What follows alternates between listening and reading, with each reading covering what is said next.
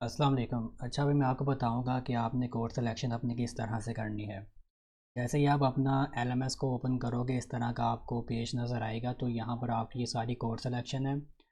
इस तरह के सब्जेक्ट्स आपको शो नहीं होंगे, क्योंकि अगर आपका सेकंड सेमेस्टर या थर्ड फोर्थ सेमेस्टर है, क्योंकि ये वो सब्जेक्ट्स होते हैं जिनमें आपके बी, सी और डी ग्रेड्स होते हैं। तो अगर आप इनको इम्प्रूव करना चाहें तो आप इनको इम्प्रूव कर सकते हैं। लेकिन मेरा ये सजेशन है कि अगर आपका सेकंड से लेके फोर्थ फाइव तक का सेमेस्टर है, तो आप अपने सब्जेक्ट्स को इम्प्रूव ना करें।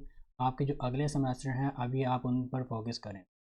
तो यहाँ पर आपको न्यू कोर्सेज शो होंगे, मतलब जो आपने अभी कंप्लीट नहीं किए, जो भी पढ़ने हैं। तो ये वाले सारे आपके सब्जेक्ट्स हैं। और यहाँ पर अगर आप देखें तो ये सेमेस्टर नंबर लिखा है।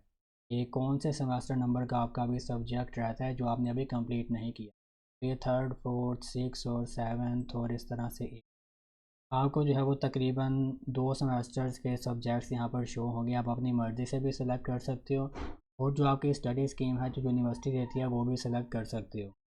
तो अभी आपको यहाँ पर मैं एक इम्पॉर्टेंट बात बता दूँ कि अगर तो आप यूनिवर्सिटी की ये जो स्टडी स्कीम है, इसके अकॉर्डिंग अपने सब्जेक्ट्स करोगे सेलेक्ट, तो आप स्कॉलरशिप्स के लिए एलिजिबल रहोगे।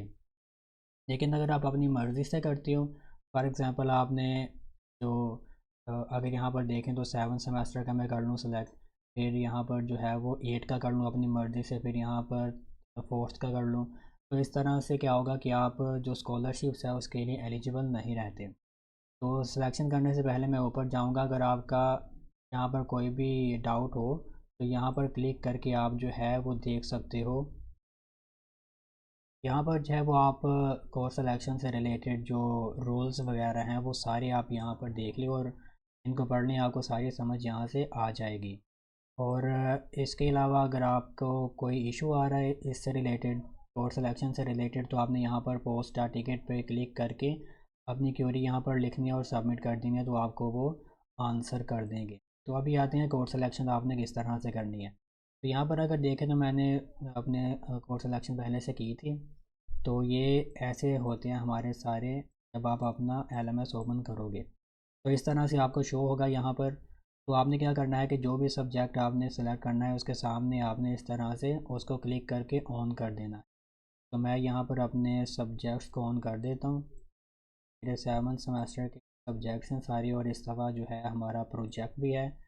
तो इंशाल्लाह मैं प्रोजेक्ट से रिलेटेड आपको तमाम इन्फॉर्मेशन बताऊंगा कि किस तरह से उसको सिलेक्ट करना है और क्या क्या उसमें करना होता है अपनी नेक्स्ट आने वाली वीडियोस में। तो ये सारा करने के बाद आपने जो है वो यहाँ पे सेव सिलेक्शन पे क्लिक कर देना है। लेकिन सेव सिलेक्शन करने से पहले मैं आपको एक और चीज़ बताऊँ। मैं यहाँ पर एक और सब्जेक्ट को जो है वो करता हूँ सेलेक्ट, मतलब मुझे 18 यहाँ पर जो है वो क्राइटर्स मिले हैं, लेकिन मैंने ज़्यादा कर लिया सेलेक्ट। और अब मैं यहाँ पे जैसे ही सेव सिलेक्शन करूँगा तो मुझे यहाँ पे एरर देखने को मिलेगा कि आपके 18 क्राइटर्स हैं और आप इसे ज़्यादा सेलेक्ट नहीं कर सकते। इसलिए अभी इसको मैं दोबारा अनसेलेक्ट करूँगा और यहाँ पे कर दूँगा सेव सिलेक्शन। जैसे ही मैं सेव सिलेक्शन करूँगा तो मेरे सामने ये ऑप्शन आएगा कि आप लोड सेलेक्टेड कोर्सेज को करना चाह रहे हो, अपडेट करना चाह रहे हो अपनी कोर्स सिलेक्शन को, यहाँ पे प्रोजेक्ट सी वी कैल। तो इसको आप छोड़ें, जस्ट आपने यहाँ पे क्लिक करना है लोड सेलेक्टेड कोर्सेज, मतलब जो आपने कोर्सेज अपने सेलेक्ट कर लिए उनको लोड कर दें। तो क्लिक हेयर करने के बाद यहाँ पर आपको आपकी जो लोड आपने जो भी सिलेक्शन की है वो यहाँ पे शो होने लग जाएगी। अगर आपको शो ना हो तो आपने अपने एलएमएस को यहाँ से लॉग आउट करना है।